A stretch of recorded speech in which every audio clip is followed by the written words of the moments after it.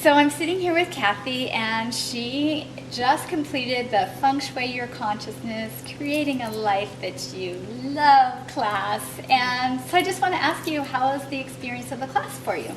It was actually one of the best classes I have taken from you in a long time. Aw, thank you. I really got a lot out of it. I had a realization hit me today that it came to me so strongly, and I'm not going to repeat it, but it was amazing and good to finally recognize. And then some exercises that we did, so how I can interact and bring forth my best life. Nice. And then how did you feel this morning when you first came in versus how do you feel now? I feel much lighter now, much more energetic, more silly, just lighter. And what would you say to somebody considering taking a class like this?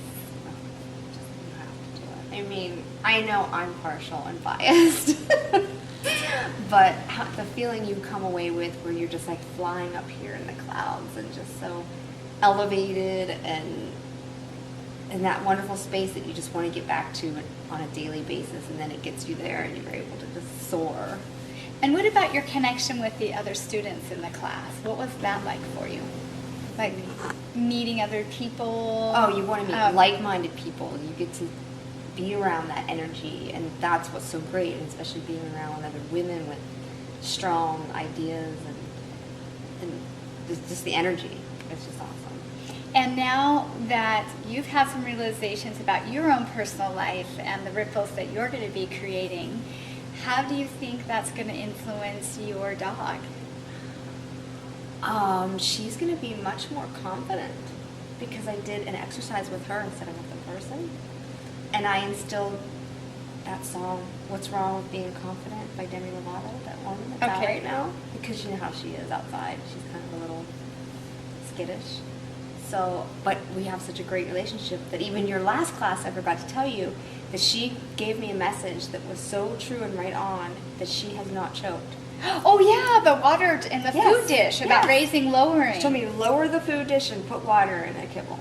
And she told me that, and to this day I do that. And to this day. She's fine. Yay. So even though today's class wasn't necessarily directly or really related to our animals at all, some of the animals did show up for people, but also, and one of mine in a really big way as well.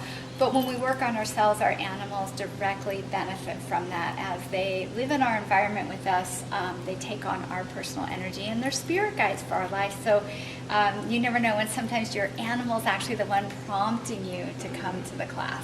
Oh, yes. Yeah.